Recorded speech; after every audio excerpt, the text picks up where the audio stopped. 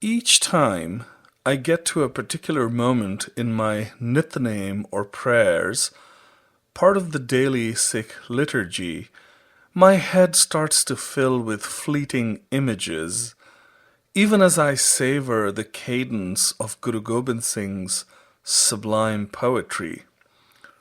Bhai Dharam Singh Zakhmi, one of the greatest Sikh ragis or minstrels of modern times, in his inimitably eloquent manner, likens the Bani or writings of Guru Gobind Singh to a clear and sparkling stream bursting forth from the heart of a mountain in the pristine wilderness.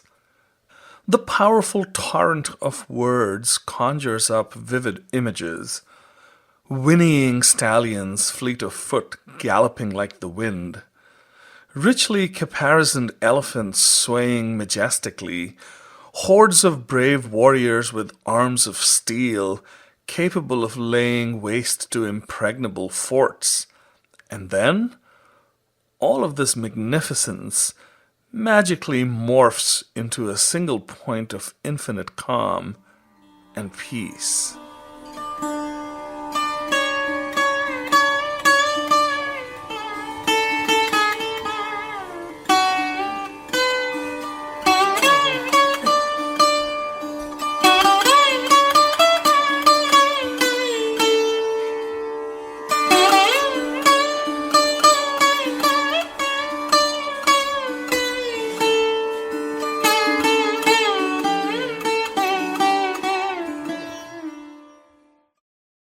The words alone are enough to energize and uplift. The inherent drum beat of the poetry is so insistent that it pervades your being. The rich images create tremendous excitement and anticipation, and yet Guru Gobind Singh tells us that the trappings of power and wealth are but an illusion, and as he strips the illusion away, all that is left is love for the divine. I speak of the Tav Prasad Sawaiye, a collection of 10 verses that appears in Guru Gobind Singh's sublime work, the Akal Ustat. I start wondering, why these particular words? Why these images? Surely there is much else in the world that is an illusion. Why these particular examples? The few traditional contextual sources that I could find for the Tav Prasad Sawaiye point to Guru Gobind Singh's interaction with the hill Rajas, Hindu kings whose mountainous kingdoms bordered the Guru's citadel in Anandpur, as the backdrop for the composing of the Sawaiye. There seems to be general agreement that the words address temporal leaders to help them understand the ephemeral nature of their power, which undoubtedly was a source of great pride to them. The Sawaiye have great relevance in our lives in the modern world as well. While we may not be surrounded by the powerful despots of yore thirsty for conquest, it is rather easy to recognize their modern avatars with the new versions of stallions, elephants, and armies that they take great pride in. Before sharing the stories of these kings and their interactions with Guru Gobind Singh, I would like to offer a translation of the Sawaiye with the caution that my rendering can never even attempt to capture the magnificence and raw power of the original poetry. सरावग शुद्ध समूह सिधान के देख फिर्यो घर जोग जति के सूर सुरादन शुद्ध सुदादक संत समूह अनेक मति के सारे ही देश को देख रहे हो मत को न देखियत प्राणपति के श्री भगवान की भाई कृपा हुते एक रति बिन एक रति के. Holy men of many stripes, I have in my wandering seen warriors, demons, demigods, saints of many orders keen. Many lands I have beheld, none can I as holy deem. Without the blessing of the Lord, all of them do worthless seem. माते मतंग जरे जर संग अनूप यो तंग सुरंग सवारे coat तुरंग कुरंग से कूदत पौण के गौण को जात निवारे भारी भुजान के भूप भली बिद न्यावत सीस न जात विचारे एते भय तो कहाँ भय भूपत अंत को नांगे ही पाए पधारे. Elephants bejeweled and tall, with majesty they sway. Deer like horses, swifter than wind, gallop, prance, and neigh. Mighty kings, so strong of arm, their power all can reave, will come to naught glory and might, for they will barefoot leave. जीत फिरे सब देश दिसान को बाजत ढोल मृदंग नगारे गुंजत गूढ़ गजान के सुंदर हिंसत है राज हजारे भूत भविक्ष भवान के भूपत कौन गने नहीं जात बिचारे श्रीपत श्री भगवान भजे बिन अंत को अंत के धाम सिधारे. In triumph do the armies march to beat of mighty kettle drum. Elephants and steeds proclaim their glory in the fearsome thrum. Mighty kings are here today, and many more are sure to come. Godless they will all depart, hands bereft of even a crumb. Tirath नान दयाद मदान सो संजमने में अनेक बिसेखे वेद पुराण कतेब कुरान जमीन जमान सबान के पेखे पौने हार जती जत धार सबे सो विचार हजार के देखे श्री भगवान भजे बिन भूपत एक रति बिन एक न लेखे. Journeys to the holy lands, each merciful, benevolent deed, the reading of each holy book, the chanting of each sacred screed, men abjuring food and lust, all of this I have seen too.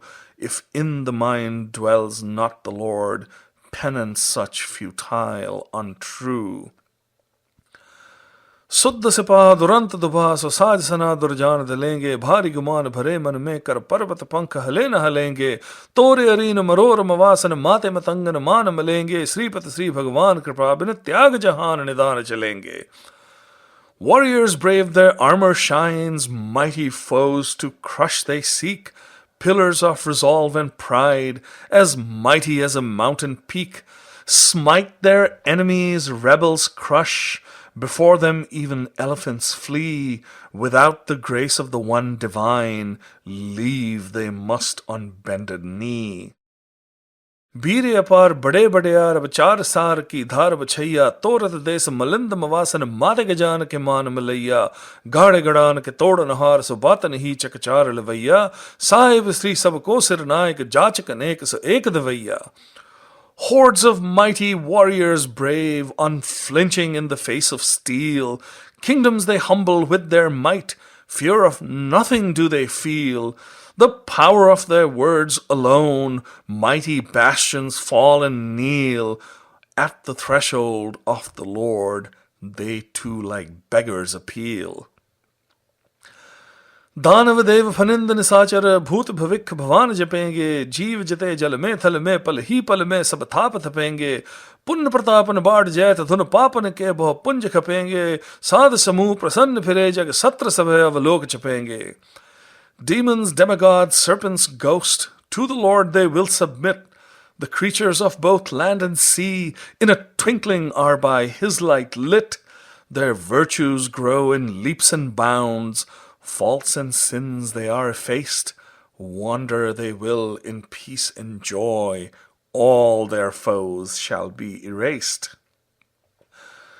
मानव इंद्र गजेंद्र नराधप जौन त्रिलोक को राज करेंगे coat स्नान गजायक दान अनेक स्वयंवर साज भरेंगे ब्रह्म महेश्वर विष्णु सुचीपत अंत फसे जम फास परेंगे जे नर श्रीपत के प्रस है पग ते नर फेर न देह धरेंगे. Kings of men and demigods, armies strong are in their thrall, men of power, ritual show, opulent weddings, alms for all. With the gods they too shall fall, none of them can outrun fate. Those that are by the Lord blessed, freed from birth, a hallowed state. कहाँ भयो जदो लोचन मूंद के बैठ रहे हो बक ध्यान लगायो नाथ फिरियो लिए सात समुद्र लोक गयो पर लोक गवायो बास कियो बिख्यान से बैठ के ऐसे ही ऐसे सो बैस बितायो साच कहो सुन लेओ सबे जिन प्रेम कियो तिन ही प्रभ पायो. Foolishness to shut your eyes like a still and silent crane, pilgrimages, ritual baths, useless all your lives remain. In evil deeds is spent your life, wasted is your every day. Hark ye, for I speak the truth. Seek him with love, the only way. काहुले पाहुन पूज धर्यो सिर काहुले लिंग गरे लटकायो काहू लख्यो हर वाची दिशा में काहू पछा को शीस निवायो को बतान को पूजत है पस को व्रतान को पूजन धायो कूर खिरया और जो सब ही जग श्री भगवान को भेद न पायो. Worthy of worship are not stones, nor the idols that you bear. See him not by turning south, nor in the west, he is not there. Fools to idols bend their heads, and to graves they go to bow. In ritual is the world enmeshed. Fathom the Lord? They know not how.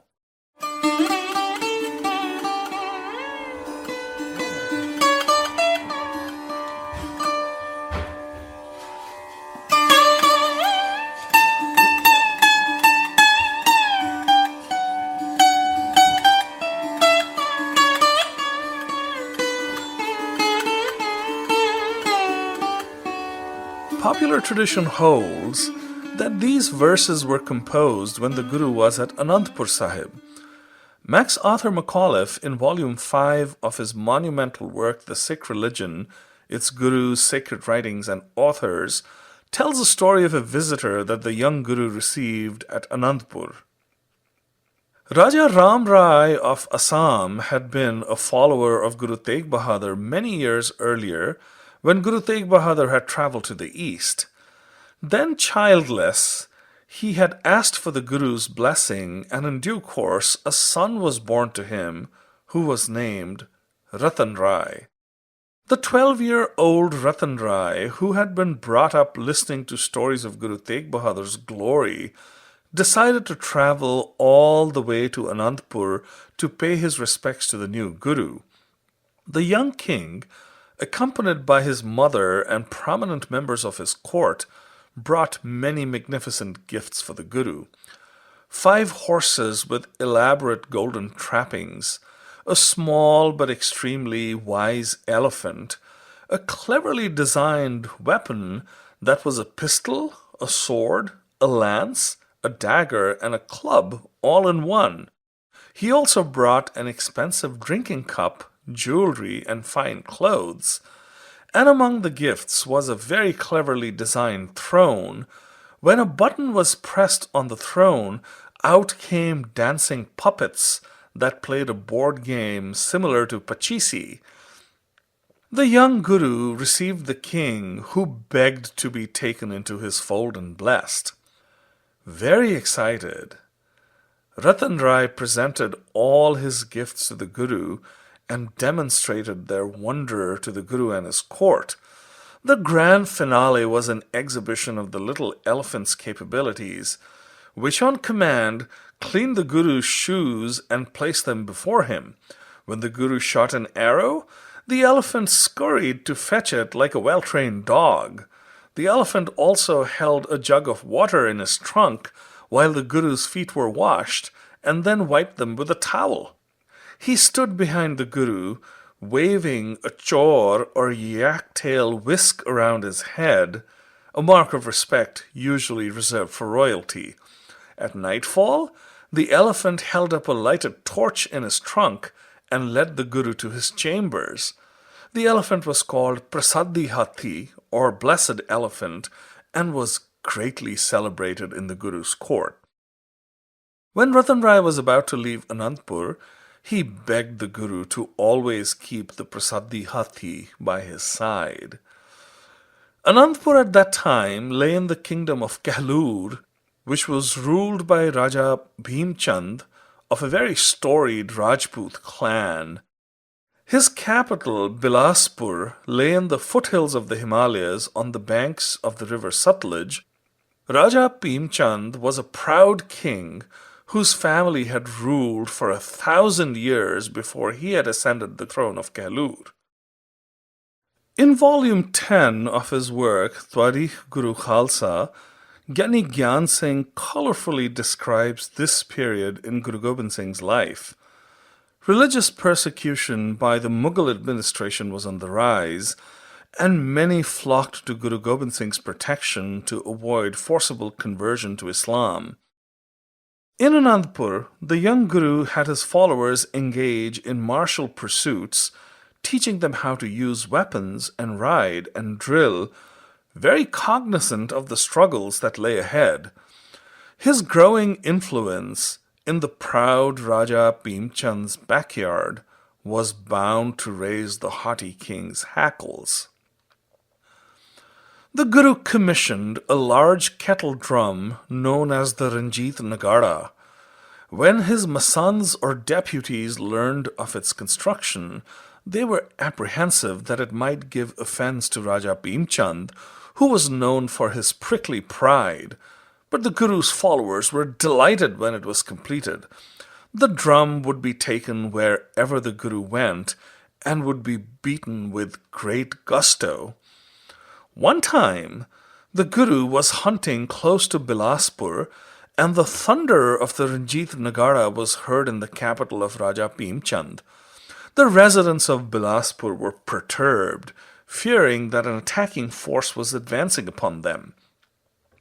When the king summoned his prime minister and demanded an explanation, he was told that it was the son of Guru Tegh Bahadur who had purchased the village of Makhowal from Raja Bhim Chand's own mother several years earlier. The king was told that the Guru had fortified the village, which was now called Anandpur. The prime minister also told him about Raja Ratan Rai's visit and the magnificent gifts that he had brought the Guru. He advised his lord to reach out to the young Guru and establish friendly relations with him.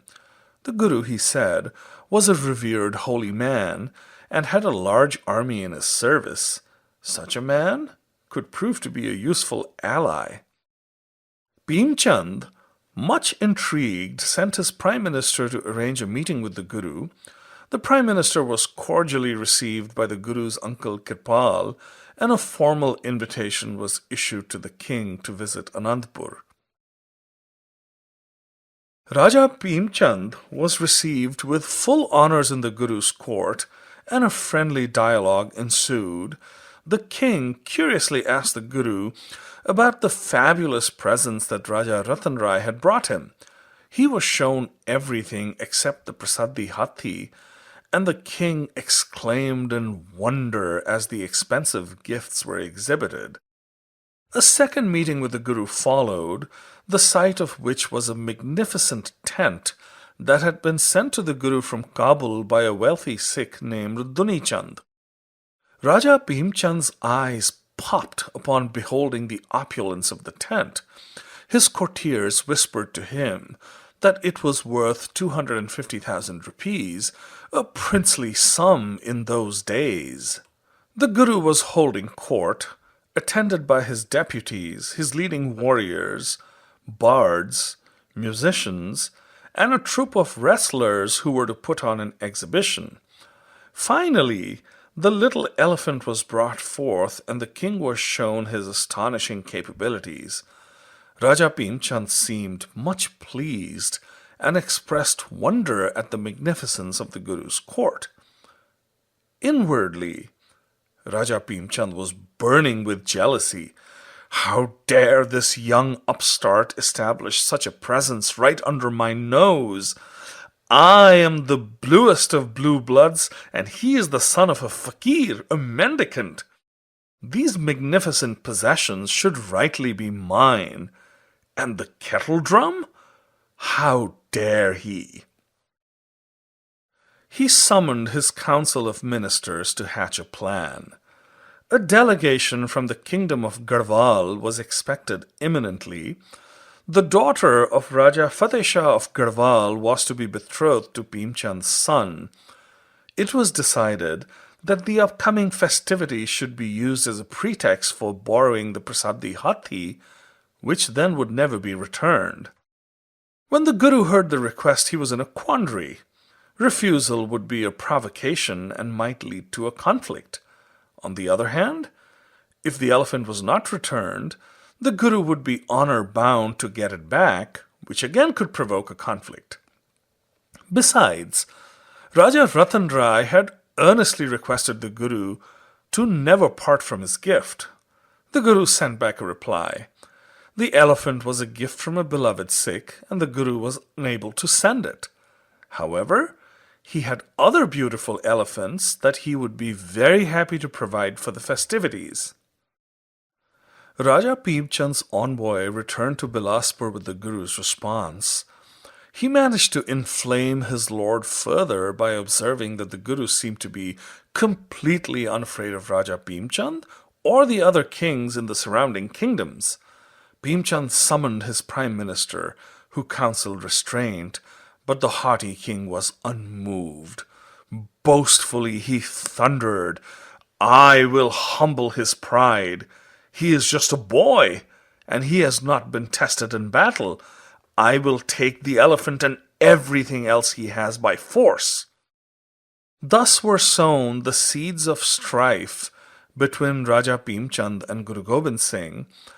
After Bhim Chand's unsuccessful attempts at seizing the gifts that the Guru had received from Ratan Rai, the Guru decided to leave Bhim Chand's territory and settle at Paonta, a town on the banks of the Yamuna River in the kingdom of Sirmaur.